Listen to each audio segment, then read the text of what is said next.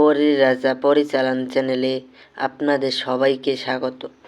তো আজ আমি আপনাদের সামনে দৌলত পরী একবার মন্ত্র পড়ে দৌলত পরী হাজির করার সহজ উপায় নিয়ে হাজির হয়েছি এবং এক ডাকেই আপনার সামনে পরী সঙ্গে সঙ্গে আপনার সামনে পরী এসে প্রকট হয়ে যাবে।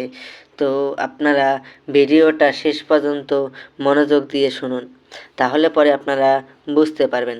আর যদি বুঝতে না পারেন তাহলে কিন্তু আপনাদের কাজ সফলতা অর্জন করতে পারবেন না।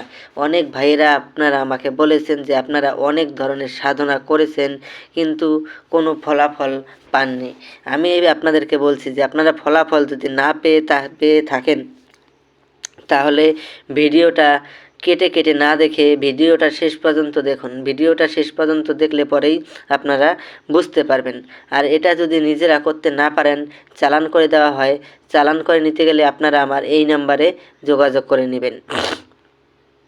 তো এটা আপনারা নিজেরা কিভাবে করবেন আমি আপনাদেরকে পুরো বিস্তারিতভাবে ভালো করে বুঝিয়ে দিব। এই ধন দৌলত পরীকে যদি আপনারা একবার হাসিল করতে পারেন তাহলে পরে আপনাদের কোনো রকম ধন সম্পদের অভাব থাকবে না। আর এই ধন সম্পদের পরী দৌলত পরী এসে আপনাকে স্বর্ণের মুদ্রা এবং হিরে মোহর সব কিছু এগুলো আপনাদেরকে আশীর্বাদ স্বরূপ দিবে। তো আশা করি আপনারা পুরো বিষয়টা ক্লিয়ারভাবে বুঝতে পেরেছেন। যদি আপনাদের বুঝতে কোনো রকম অসুবিধা হয় ভিডিওটা প্রথম থেকে শেষ পর্যন্ত আবারও দেখে নেবেন। কিন্তু আমি আপনাদেরকে একটা রিকোয়েস্ট করব যে আপনারা এটা বোঝার জন্য আপনারা অনেক ভাইরা আমাকে ফোন করেন, দেখেন একজন করে বুঝিয়ে দেওয়া তো সম্ভব নয়। আমার এখানটায় হাজার হাজার ফোন আসে, আমি ওদের সঙ্গেই কথা বলবো না, আপনাদেরকে বুঝিয়ে দেব। ভিডিও দেওয়ার উদ্দেশ্য আমার এটাই যে আপনারা দেখুন, দেখে বুঝুন, বুঝে শুনে তারপরে আপনারা নিজেরা প্রয়োগ করুন, তাহলে পরেই আপনাদের কাজ হবে।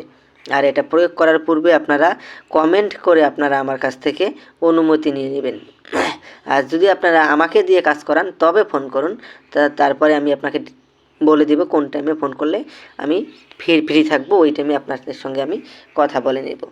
তো একটা দোয়া স্ক্রিনে দেখতে পেরেছেন, ইয়া আল্লাহু বলে মনে করেন এটা যে একটা দোয়ার যে স্ক্রিনে আপনারা দেখতে পেরেছেন ইয়া আল্লাহু বলে মনে করেন এটা যে একটা দোয়ার যে স্ক্রিনে আপনারা দেখতে পেয়েছেন, এই দোয়াটাকে আপনারা ভালো করে মুখস্থ করে নেবেন।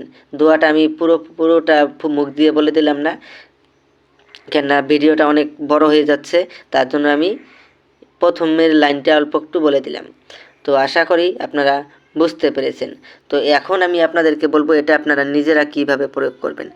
একবার দোয়া পড়ে সঙ্গে সঙ্গে পরী হাজির।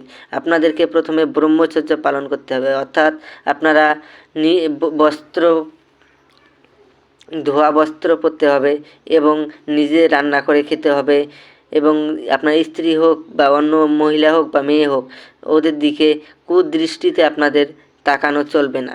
সবাইকে ওই সময় মা বোন হিসেবে দেখতে হবে। আর আপনারা মিথ্যা কথা একদম ব্যবহার করবেন না।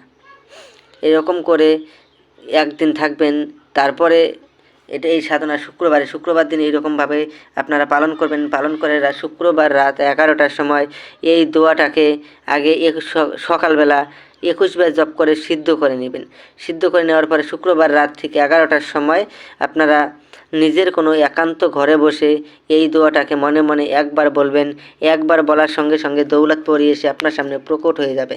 দৌলত পরী যখন এসে আপনার সামনে প্রকট হবে তখন পরীর গলায় আপনারা গোলাপ ফুলের মালা পরিয়ে দিবেন। পরী গোলাপ ফুলের মালা স্বীকার করার সঙ্গে সঙ্গেই ও আপনার বশ্যতা স্বীকার করবে। তারপরে আপনারা ওনাকে বলবেন যে আপনাকে কী নামে ডাকলে পরে আপনি আমার সামনে এসে প্রকট হবেন। উনি আপনাকে একটা নাম বলে দিবে, ওই নামে যখনই ডাকবেন তখনই সে আপনার সামনে এসে প্রকট হবে। তারপর আপনারা ওনাকে বলবেন যে আপনাকে আমার কাছে 3টি শপথ করতে হবে। প্রথম শপথ, আমি তোমাকে যা আদেশ করিব তার সঙ্গে সঙ্গে পালন করতে হবে। দ্বিতীয় শপথ, আমার অনুমতি ছাড়া তুমি কোথাও যেতে পারবে না। তৃতীয় শপথ, আমি তোমাকে যখনই স্মরণ করিব তখনই আমার সামনে এসে প্রকট হতে হবে। এই 3টি শপথ করার ফলে ও আপনারা আজীবন বশ্যতা স্বীকার করে থাকবে।